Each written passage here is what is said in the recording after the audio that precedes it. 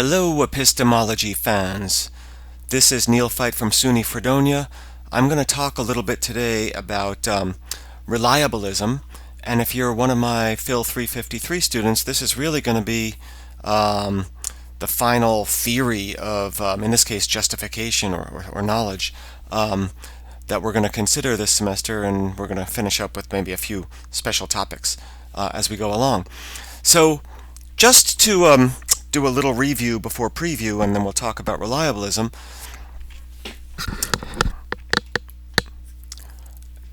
It's fair to say, I think, that when it comes to contemporary theorizing in epistemology about the nature of justified belief, modest foundationalism and some kind of reliabilism are likely to be the two biggest contenders. There's a theory out there. It's extremely similar to what we're going to call reliabilism, or sometimes it's called process reliabilism, called the proper function theory. Some variant of one of these two theories. And modest foundationalism, as we've discussed it, has room to fill in certain details in different ways. So before we take a look at reliabilism, it might be a little bit useful to kind of locate it in its place in the philosophical landscape. Let's take a quick review. So there's lots of theories of knowledge out there. A theory of knowledge is an attempt to answer the question when you know some proposition P, and we considered in my class the traditional analysis of knowledge, the TAC. Sometimes this is called the JTB analysis. You know P when you have a justified true belief in P. We discussed, in light of the Gettier problem, this NFG, no false grounds theory. Okay, so that's you have a justified true belief and no false grounds. All of your grounds for believing P are true. We discussed this ND, no defeaters theory.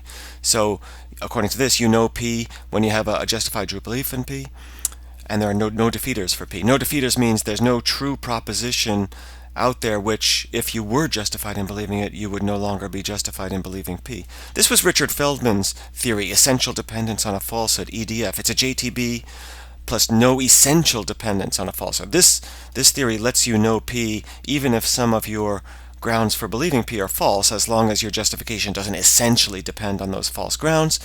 Here's the causal theory of knowledge that Alvin Goldman proposed. You know P when you have an appropriate causal connection between your belief in P and the fact that makes it true. And here's the truth tracking theory of the sort due to Fred Dretske and Robert Nozick. You know P when you have a true belief in P and you track P's truth value. And you have the means to review all of these theories if you need review on them. Some people view reliabilism as a theory of knowledge, like they would put, they would put it in here. And the idea is, you know P when you have a true belief in P, and roughly speaking, your belief was caused by a reliable process or formed by a reliable process. We, however, are going to think primarily of reliabilism as a theory of justification or justified belief. A theory of justification tries to answer the question about the conditions under which you're justified in having a given belief. We might think that this is a more interesting question insofar as we want to be rational or reasonable agents. We want to, under what conditions is it reasonable to hold a certain belief? We took a look at Cartesian foundationalism. That's what I'm abbreviating here. On this view, you're justified in believing P when P is an infallible appearance belief, right? I seem to see a tree or something like that, or can be deduced from such beliefs. And we discussed the problems for that. MF is modest foundationalism. So you're justified in believing P when P is a proper response to your experiences, or it's deductively or inductively supported by beliefs that are proper responses to your experience. This is the coherence theory, which coherentism. You're justified in believing P when the coherence value of your system is higher with P than without it. And this is the theory that we're going to build towards over the next couple of minutes. So here, you're justified in believing P when your belief results from a reliable, belief-independent process, we'll talk about that, or a conditionally reliable one, a belief-dependent process operating on previously justified beliefs. Okay, but let's start the consideration of reliabilism with a simple theory, and we'll build to the more sophisticated theory. Alvin Goldman, who first defended a causal theory of knowledge, later sort of kind of rejected that and published this paper, What is Justified Belief, in 1979. And in this paper, he proposed a reliabilist account of justification, process reliabilism. And let's begin by looking at a very simple formulation. In the epistemology textbook, Feldman calls this R. You're justified in believing P if and only if your belief in P was caused by a reliable process.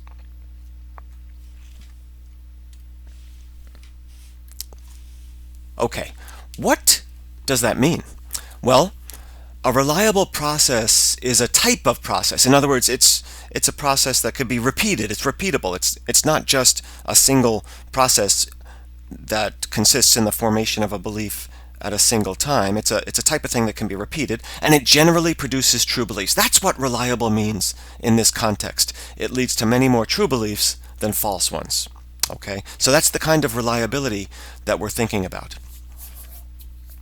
Intuitively, reliable processes for forming beliefs include perception, memory, good reasoning. Unreliable ones would include guessing. Guessing doesn't generally produce true beliefs, right? Wishful thinking, confused reasoning. Okay, so there seems to be a pretty clear distinction there.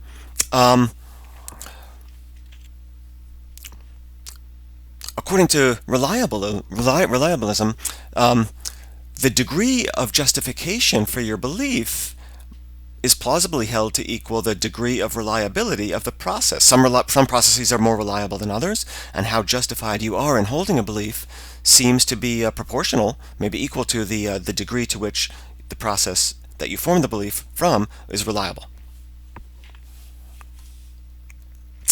Okay. Very quickly, I'm going to talk about a little objection to R that's going to motivate Alvin Goldman's version, essentially, of reliabilism. Silly little example, perhaps, but suppose that I go insane and I unjustifiably believe B1 and B2. I'm going to show you those, and then I deduce B3. So B1 is I just come to believe that I live in a banana, and then I believe that if I live in a banana, then I walk with a limp, and so I deduce that I walk with a limp.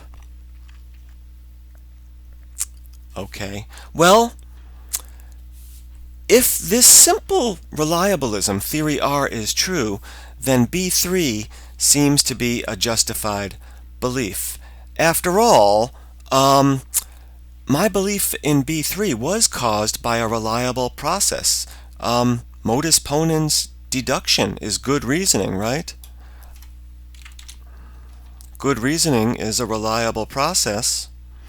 And my belief in B3 was caused by a reliable process, and so R would seem to count it as justified. But, quite clearly, my belief that I walk with a limp is not a justified belief, given that I formed that on the basis of these crazy beliefs that I live in a banana, and in virtue of that I must walk with a limp. Okay, so there's a way to get around this problem. So Goldman's theory is more sophisticated than theory R. And basically what it does is it solves this problem by distinguishing two kinds of belief-forming processes, belief-dependent ones and belief-independent ones, and then by defining justification for each kind. If you've ever heard the word recursive, Goldman's theory is going to be recursive. So certain beliefs sort of get in as justified on the bottom floor, so to speak, at the base. And it is kind of a foundational structure, similar to any version of foundationalism, although, as we're going to see, it's not an evidentialist theory of justification. Okay. And then once you have these bottom-level justified beliefs, we can recursively define what counts as justified beliefs when we use reasoning on these bottom-level beliefs. Okay. So we could think of a belief-independent process as a process which starts with no beliefs and results in a new belief. And arguably, perception is such a process. If you believe that's a tree, upon looking at a tree, your new belief is that's a tree, and it doesn't seem that that process started with old beliefs. Whereas belief-dependent processes start with old beliefs. My belief that I walk with a limp was formed by a belief-dependent process which started with the older beliefs, right, B1 and B2, I live in a banana and so forth, and then formed my new belief, my conclusion. So belief-dependent processes are typically going to be processes that involve reasoning from prior beliefs. Okay, so we need to make things a little bit more complex. We need to give two definitions. So a belief-forming process is reliable, that's what's being defined here, when it generally leads to true beliefs. So that is to say, it's a type of process, it yields a high proportion of true beliefs over false ones. We're typically going to apply this definition to belief-independent processes. This next definition we're going to apply to belief-dependent processes. So a belief-forming process is conditionally reliable when it generally leads to true beliefs when or if the beliefs that it starts with are true. Okay? And deductively valid reasoning and strong inductive reasoning are conditionally reliable processes. That should make sense. Okay, so with that in mind, we could formulate Goldman's reliabilism. I'm going to be quick because you could always pause and so forth. So here we have the base level. If S's belief in P results from a belief-independent process that's reliable, then S is justified in believing P. So if you believe that's a tree, and it's a belief that arose from a belief-independent process, and it comes from perception, say, which is reliable, then you're justified in believing that's a tree. Okay. Clause 2 deals with beliefs that we form on the basis of old beliefs. If S's belief in P results from a belief-dependent process that's conditionally reliable. So in other words, this process typically results in true beliefs when the ones that it starts with are true, and the beliefs that the process operates on are themselves justified. Okay, and it's not circular because we define that in terms of the base. Then S is justified in believing P. Okay, so if you arrive at new beliefs on the basis of a conditionally reliable process that starts from old beliefs, the new ones are justified, and nothing else. So clause 3 is kind of a closure clause. The only way you can be justified in believing something is by satisfying 1 and 2. Okay, that is the theory. So if we look back at this original objection to R, this better theory of reliabilism, R star, we're going to call Goldman's reliabilism R star, does not imply that I'm justified in believing that I walk with a limp. Because although my belief results from a belief-dependent process that is conditionally reliable, namely deductively valid modus ponens reasoning, the beliefs that it operates on, in this case B1 and B2, are not justified. So if I go back to clause 2 here, okay, it's this part of clause 2 that my belief in B3 does not satisfy. Okay, my belief that I walk with a limp did result from a belief-dependent process that's conditionally reliable, but the beliefs that it operates on, namely B1 and B2, were not themselves justified. Okay, so I hope the theory is pretty clear. If you're in my class and you're watching this spring 2020 semester, you might be, hopefully, are thinking about a second essay. And if you're thinking, oh, maybe I'll write about modest foundationalism or reliabilism, defend one of those theories, here's a little contrast. Suppose you're taking a little walk and all of a sudden you think to yourself, I smell a rose. Okay, and let's suppose this is a belief, and let's suppose that the process is belief independent, or as modest foundationalists might say, this is a spontaneously formed belief. According to modest foundationalism, your belief is justified if it's properly based on your experience. In other words, it's a proper response to your experience as of smelling a rose, what your sense experience.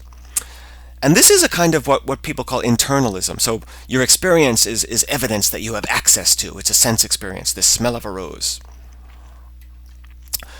R star basically says that your belief is justified if it was produced by a reliable process, basically clause 1 of R star, reliable process. And this is often called externalism. So no introspective access to a sense experience or justifying bit of evidence is needed. Okay, so both theories, as we've seen and we will see, have challenges, but that's a little bit of a contrast for how the theories will deal with sort of a basic external world sort of perceptual beliefs. Very quickly, before we get to objections to reliabilism, if you're in my class, I had you watch this video, and I do hope you watch the video lectures for each week. This one was not by me. This is an excellent wireless philosophy video on causal and reliabilist theories. They're sort of bundled into one video. And that video notes that Goldman rejected his causal theory of knowledge and proposed a reliabilist theory, chiefly as a result of the true "that's a barn" belief in fake barn county. So I'm not going to review that now, but the idea is this guy sees a barn, it is a barn, he believes that it's a barn. He's got a true belief, it was causally connected in the appropriate way with the fact that there is a barn, right? But it's not at all clear that he has knowledge given all the presence of fake barns in the environment. Okay. That video formulates reliabilism as a theory of knowledge instead of justification, but this might really just be a terminological issue because the videos, here's a little quotation I think from the video. According to the video, reliabilism says that S knows that P if and only if S has a true belief in P, presumably, formed by a reliable belief forming process. Okay, so and Feldman notes that if you're a reliabilist about justification, you could just say that knowledge is true belief, justified true belief, because the reliabilist condition supposedly is what you need to add to true belief to get knowledge. Now, whether or not that's correct is not going to be something that I'm going to discuss, but we are going to continue to focus on reliabilism as a theory of justification. And if you want, you could think of it as what you need to add to true belief in order to get knowledge. Okay, so what I'm going to do is finish this video eventually by talking about some objections to reliabilism.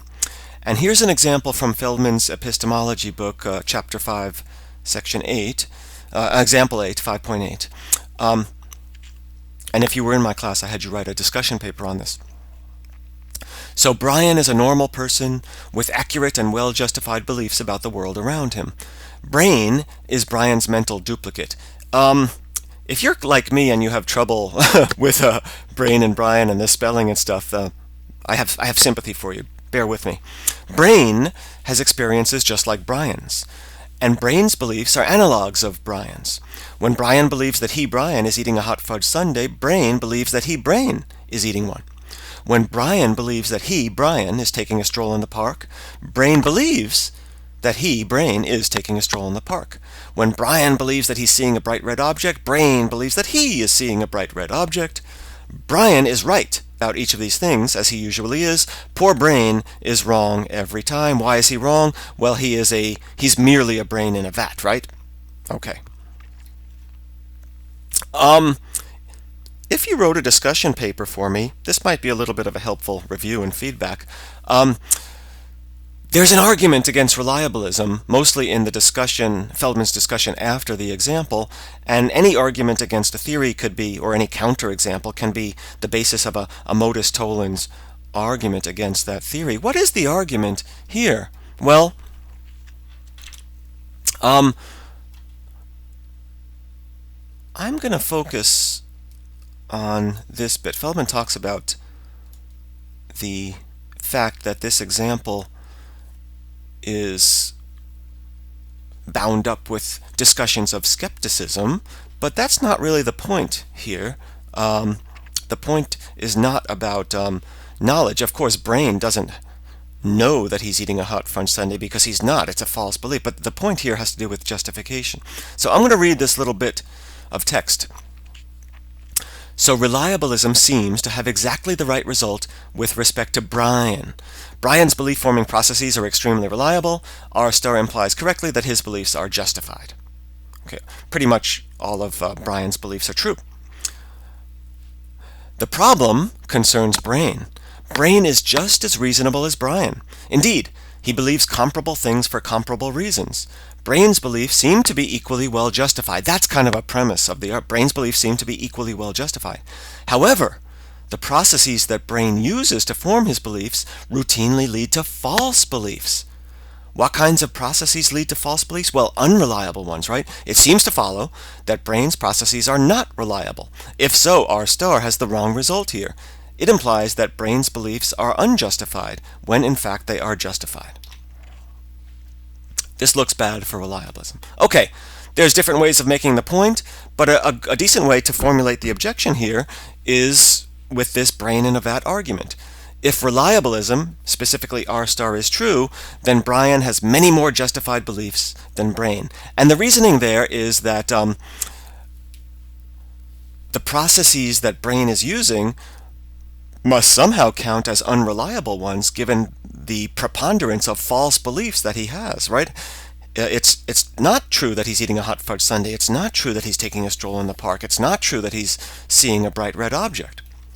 Okay, but intuitively, all of Brian's and Brain's beliefs are equally well justified. It's no fault of Brain that he's having those beliefs that he's having. He's just as rational, just as reasonable as Brian is in holding them, and as a result, reliabilism, R star, is not true. Okay, that's the objection. It's a very interesting objection. I'd like to consider maybe both sides of the story here for a minute, okay? The objection, if you think about it, is going something like this. Brain's beliefs are false, okay? He's the subject of a skeptical scenario, right? And the conclusion seems to be that his belief-forming processes must be unreliable. After all, reliable means they produce mostly true beliefs, but all these beliefs are false, all the relevant ones anyway. And as a result, his beliefs are unjustified, according to reliabilism. Okay. But the reliabilist can make a reply here. The reliabilist can say, not so fast in that first inference. Just because did I say Brian before? Brain's beliefs are false. Just because Brain's beliefs are false, we cannot immediately conclude that the processes that he used are unreliable. Why is that? Well, we might say that Brain and Brian are using the same processes. This is not presupposed in the objection. But we might say, oh, they're using the same processes, the same belief-forming processes, which maybe are processes that start with certain areas of the brain being stimulated in certain ways and end with the formation of certain beliefs. And now if Brian's processes are reliable, we might conclude that Brain's beliefs are justified after all. Okay, a reliable process can lead to false beliefs in certain circumstances, as long as it leads to a high preponderance of true ones over false ones. That's the kind of the reply here on behalf of the reliabilist. Okay, so in a nutshell, the reliabilist can deny premise one. Premise one said that if reliabilism is true, then Brian has many more justified beliefs. But the idea here is that the processes that Brain uses are just as reliable as Brian's, since they're the same exact processes. It's just that in Brain they produce false beliefs, but he's kind of atypical in a certain way, right? But still, he's using very reliable processes. They just don't lead to true beliefs in him. He's atypical. But a counter objection is, well, we might imagine an entire possible world where the inhabitants are in Brain's predicament, right? We could imagine that as coherent, a universe where sort of every believer is a brain in a vat, okay? Or almost every believer. In this case, all relevant processes produce mostly false beliefs, okay? Some reliabilists say, well, we should use reliability in the world of the subject, in the world of the believer, or the actual world, or normal worlds. So there is sort of a controversy here, which I think is kind of interesting. If you're one of my students and you want to write about this, this is the Internet Encyclopedia of Philosophy. You could check out the URL up here. An article called "The New Evil Demon Problem," and basically, this brain in a vat argument is this problem, and Goldman, in a paper after that What is Justified Belief paper, floats this idea that S's belief that P is justified only if the processes that produced S's belief are reliable in normal worlds, so to speak. So a world full of brains in vats would not qualify as a normal world. I'm not going to go into this debate here, but it's something that might be of interest to some of you. Okay, here's another kind of objection to reliabilism. This comes from philosopher Lawrence Bonjour, the clairvoyance example. So we have this guy named Norman. Under certain conditions which usually obtain, he's a completely reliable clairvoyant with respect to certain kinds of subject matter. You might be skeptical of this kind of extrasensory, paranormal sort of belief-forming processes, but it seems like it's a coherent, logically possible scenario to test a theory against. He possesses no evidence or reasons of any kind for or against the general possibility of such a cognitive power, clairvoyance, or for or against the thesis that he possesses it. That's kind of important. One day comes to believe that the president is in New York City, though he has no evidence either for or against this belief. This was before our current president came to office. In fact, the belief is true and results from his clairvoyant power under circumstances in which it is completely reliable. Okay, that's the example. So this issue involves accidental or unknown reliability. There are conceivable cases in which a person forms a belief by virtue of a reliable process, the kind of clairvoyance that we're imagining here, but the believer has no reason to think that it's reliable or even to think that he or she has this process available. Okay, like every counterexample, this is going to be a modus tollens argument against reliabilism, and it's going to look like this, the clairvoyance argument. If reliabilism is true, then Norman is justified in believing that the president is in New York City. Why? Well, it's a belief-independent process that is reliable. So R star counts that as justified. But intuitively, he's not justified in believing that because he has no good reason to think that the president is in New York City. He's got no good reason to think that he possesses this cognitive ability of clairvoyance. Okay, I'm going to try to be fairly quick on this one. Goldman took this seriously as a problem for his reliabilism, and he proposed a modification of condition 1, little Roman numeral 1, for belief-independent processes that might let him reject premise 1 of this argument here. So he doesn't want a theory that implies that Norman is justified in his belief that the president is in New York City.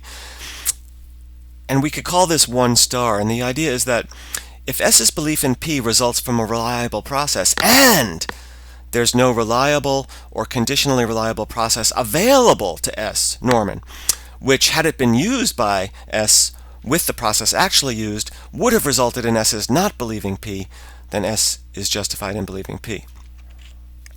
The idea here is if there is such a process available to Norman, then this condition 1 star doesn't entail that his belief is reliable. Okay, I hope that makes sense. Is there a process available which would have resulted in Norman's not believing that the president is in New York City? Well, maybe something like this. Maybe a process is something like stop believing something that just popped into your head out of nowhere, right? Had Norman used this process, he would have presumably not held on to his belief that the president is New York City. On the other hand, is this a good response by Goldman? According to Goldman, there has to be no reliable or conditionally reliable process available, and this process up here, it's not a belief-forming process, it's a belief-ridding process. And what does it mean to say that such a process is reliable? It's not the kind of process that results in beliefs, so it's not the kind of process that results in true beliefs. So we need a different concept of reliability here, and it's not entirely clear what that concept should be. Okay, maybe a reliabilist could say that processes that are kind of in some sense learned or experienced should be relevant, and Norman's clairvoyance is not such a process. So again, a tough challenge to reliabilism here. Maybe there's some philosophical work that the reliabilist could do to sort of overcome this challenge. I am going to end with a very important objection to reliabilism. Okay, a student essay on reliabilism that doesn't address this is kind of going to be incomplete. It's called the Generality Problem. And in a nutshell, the objection here is that the reliabilist has not specified how general or specific a belief-forming process is supposed to be. Okay, so the idea is reliabilists, they have not, but they really need to specify how general or specific a belief-forming process has to be to have a kind of systematic theory. Here's just an example to start getting us thinking about this objection. Suppose that Brian, normal person Brian, he sees an animal from 100 feet and believes it's a dog. Okay? Then, in another case, he sees an animal from 500 feet through the bushes and believes it's a dog. Okay? If the belief-forming process in both cases is perception, then the beliefs are equally well justified, right? Because perception is a single type of process. It produces a certain degree of proportion of true beliefs among earthly perceivers.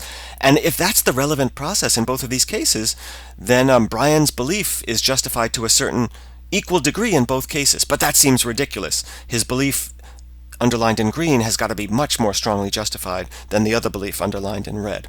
So this is a challenging problem. Okay? The problem here is that every time you form a belief on a particular occasion, that's a particular instance of a process, or as we say, token, a process token.